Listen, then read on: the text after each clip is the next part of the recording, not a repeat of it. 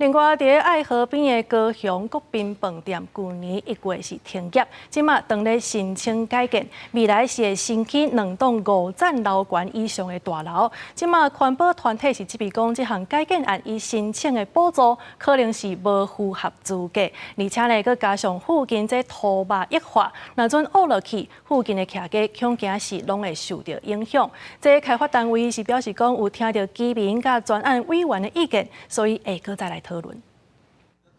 居民甲环团透早就来到高雄市环保局的门口，趁市府18要召开高雄国宾饭店的铁路改建意向说明会进前，要求市府甲环评专案小组爱公开国宾饭店的危楼鉴定报告。它的这个危险系数呢才30，低于法定危险的标准45，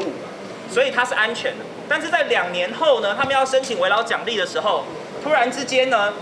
它的危险系数飙高到65.7。无到3档，高雄国宾饭店的结构评估对安全变作危险，会当申请规脑定建奖励，容积率对原本的840%提悬到1142%，互环团质疑不当申请，也互居民烦恼改建了后周边交通的问题。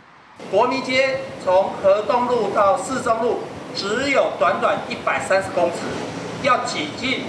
750辆加上500辆，总共1250辆的车子要在那边进出。除了交通的问题以外，因为国宾饭店按算由大陆建设改建做58层甲52层2栋的住商大楼，不过当地是土壤液化的危险区，居民就烦恼讲，时间污地基污地下湿可能会造成安全的问题。地下室开挖期间采用自动化监测，跟主席的报告，我们现在就是用采自动化的一个监测的系统。高雄市府表示，国宾饭店的规脑定建申请无问题，专案委员也要求开发单位继续和居民来沟通，提升立建筑的设计等等。因那开发单位嘛表示，会将委员甲居民的意见查回去建议。记者综合报道。